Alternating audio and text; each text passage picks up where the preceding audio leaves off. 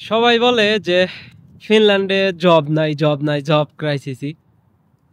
Actually কথাটা সত্য, আবার অন্য দিক দিয়ে মানে আমার কাছে মনে হয় না যে জব নাই।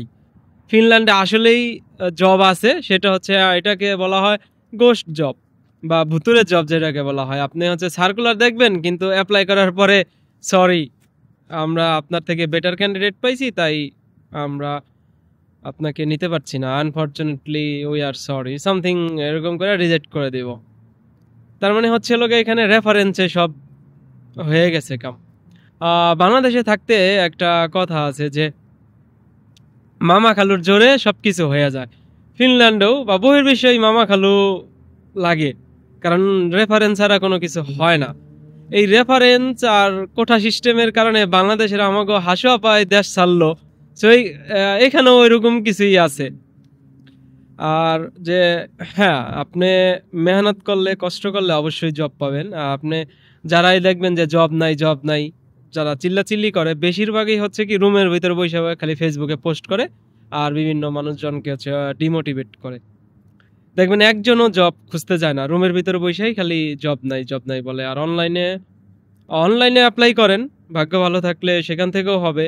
কিন্তু আপনি হচ্ছে কয়টা শপিং মলে গেছেন, কয়টা রেস্টুরেন্টে গেছেন, কয়টা যে জায়গায় ফ্যাক্টরি আছে, জবের ভ্যাকেন্সি আছে বা জব করার মতো অপরচুনিটি আছে, সেই জায়গায় গেছেন? কয়টা জায়গায় গেছেন? না যে রুমের ভিতরে বসে যারা বলে যে জব নাই, জব নাই, তাদের কাছেই হচ্ছে লগা ফিনল্যান্ডে জব নাই। তারাই দিন শেষে না খেয়ে মরে, ডিপ্রেশনে মরে, এরকম একটা সুখী কান্ট্রিতে। আসলেই ফিনল্যান্ডে জব আছে, তো আপনাকে হচ্ছে মেহনত করে, কষ্ট করে খুঁজে নিতে হবে। কেউ আপনাকে ঘরের ভিতরে আইসা জব দেওয়া যাবে না। আমার রুমমেটই, ও এরকম কোনো রেস্টুরেন্ট নাই যে ওই চায় নাই যে আমি কাজ করব। ইভেন ওরে ও ফ্রিতে কাজ করছে, যে আমি ইন্টার্নি করব, আমি ফ্রিতে কাজ করব, আমার যদি পছন্দ হয় তাহলে আমাকে রাইখেন। সো আপনারা সবাই সেটাও বলতে পারেন যে আমি ফ্রিতে কাজ করি, আমাকে যদি পছন্দ হয় তাহলে রাখেন, না পছন্দ হলে না রাখেন। কিন্তু আপনি যে একটা মাস সময় দিলেন, এতে আপনি অনেক কিছু শিখলেন। রেস্টুরেন্টে জব করলে পিৎজা বানানো, বার্গার বানানো, অনেক কিছু শিখা হয়ে গেল। এই এক্সপিরিয়েন্স দিয়ে অন্য কোথাও কাজ পেয়ে যাবেন। আর আপনি যদি ওই কাজটা যদি রুমের ভিতরে বসে করেন, সেই খরচেই হইলো, আপনার কোনো কাজ হইলো না। সো আমি বলবো যে আপনারা যারা আছেন, নতুন আসতেছেন বা আসবেন বা আসছেন, যারা জবের জন্য চেষ্টা করতেছেন, সবাই হচ্ছে ফিজিক্যালি হচ্ছে জব খুঁজেন, ইনশাল্লাহ জব পাবেন। হ্যাঁ, মামু খালু থাকলে অবশ্যই তাড়াতাড়ি পাবেন। মানে মামু খালু বলতে হচ্ছে কমিউনিকেশন স্কিল বাড়ান। আপনাকে কেউ আইসা জব ঘরের ভিতরে আইসা দেওয়া যাবে না। আপনার সাথে কারো পরিচয় হইলে, ভালো সম্পর্ক হলে, বন্ডিং ভালো হইলেই জব দিবে। সো মানুষের সাথে কমিউনিকেশন স্কিল বাড়ান।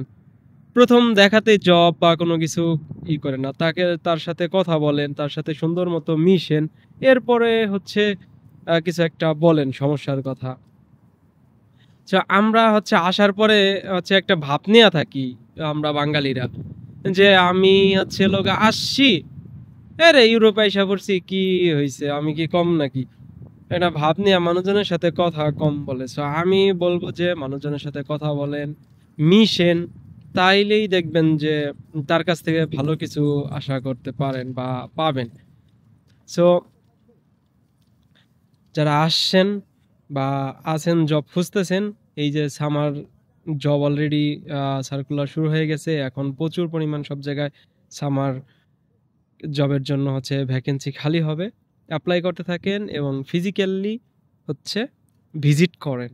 ফ্যাক্টরি হোক, রেস্টুরেন্ট হোক, শপিং মল হোক, যেখানেই কাজের অপরচুনিটি আছে সেখানে যান। দেখবেন ইনশাল্লাহ জব পাইয়া গেছেন এই সামারে ইনশাআল্লাহ। সবার জন্য শুভকামনা রইল। আল্লাহ হাফেজ।